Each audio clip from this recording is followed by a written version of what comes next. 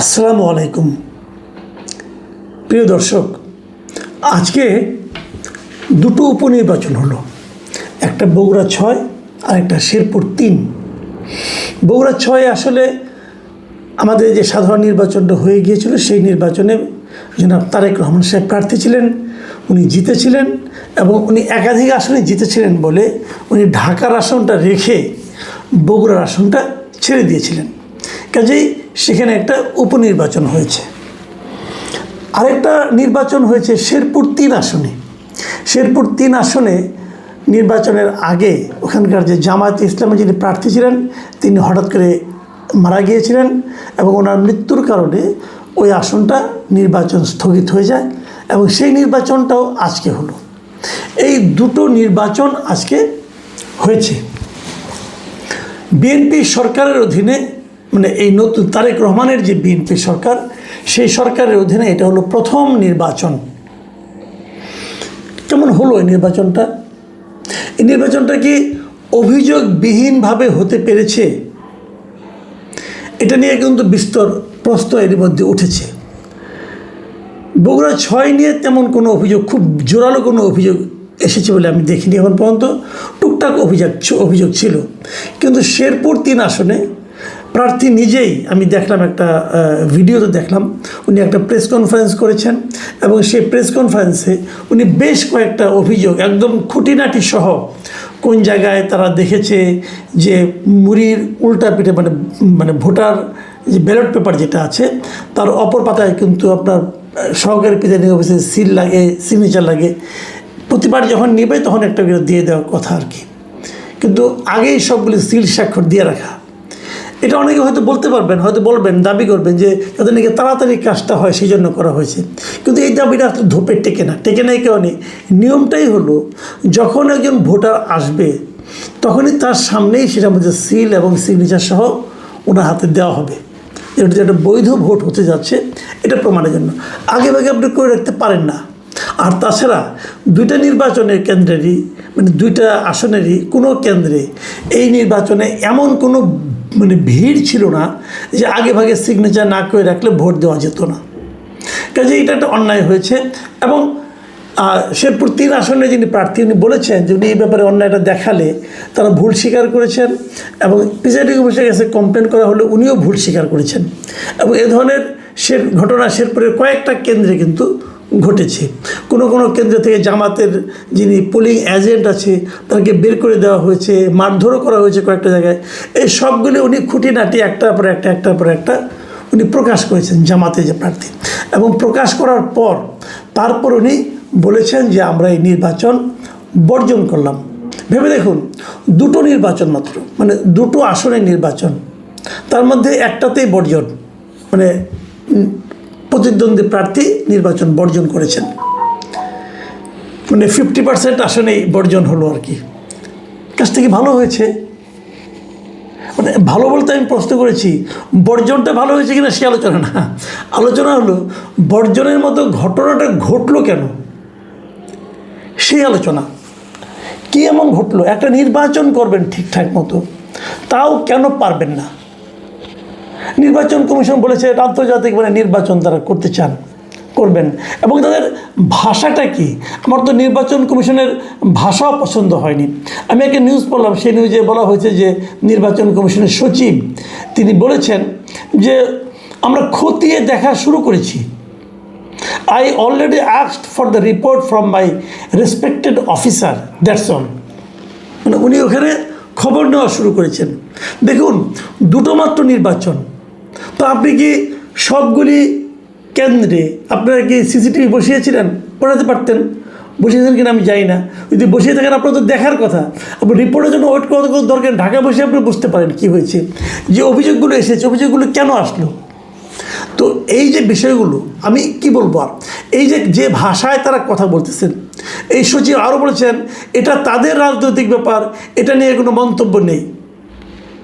মানে তাদের ব্যাপার, এটা রাজনৈতিক ব্যাপার। মানে পুরো জিনিসটা উনি এমনভাবে হ্যান্ডেল করছেন যে পদ্ধতিটাকে দেখে না আমাদের মাঝে মাঝে মনে হয় যে আওয়ামী লীগ আমলে যে ইলেকশন কমিশন ছিল তারা যে ভাষায় কথা বলতো, যেরকম নিষ্পৃহ একটা আচরণ দেখাতো কোনো অ্যাকশন নেওয়ার ক্ষেত্রে, এদের মধ্যে সেই একই ধরনের আচরণ যেন ভর করেছে। মানে এই নির্বাচন কমিশনের যোগ্যতা নিয়ে, মেরুদণ্ড নিয়ে, সিনসিয়ারিটি নিয়ে আমি কিন্তু আগেও বহুবার প্রশ্ন তুলেছি। আমার কাছে কখনই মনে হয়নি এরা খুব একটা স্মার্ট কোনো ইলেকশন কমিশন এটা হয়েছে, এটা আমার কাছে একবারের জন্য মনে হয়নি। আমি বহুবার জাতীয় নির্বাচনেও তারা ভোটার তালিকা ভোটারের কত পার্সেন্ট ভোট কাস্ট হয়েছে এটা তারা প্রকাশ করতে কিন্তু পুরো প্রায় 24 ঘন্টা লাগিয়ে দিয়েছিল। ওটা নিয়ে আমি প্রশ্ন করেছিলাম। এবার কিন্তু আর সমস্যা হয় নাই। এবার কিন্তু রেজাল্টের আগে ভোট কাস্টিংয়ের কত ভোট কাস্ট হয়েছে এবার জানাতে পেরেছে।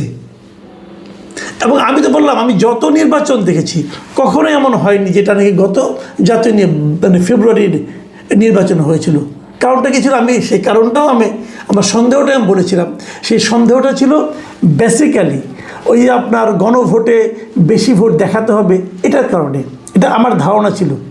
ওই ধারণার বিপরীতে এখনও কোনো তথ্য প্রমাণ পাইনি এবং কেউ দাবিও করেনি কী কারণে কী হয়েছিল। কোনো ব্যাখ্যাও কিন্তু ইলেকশন কমিশনের কাছ থেকে আমরা পাইনি যে কেন কত ভোট কাস্ট হয়েছে তার কথা বলতে, সেই ফিগারটা বলতে তাদেরকে একদিন অপেক্ষা করতে হলো।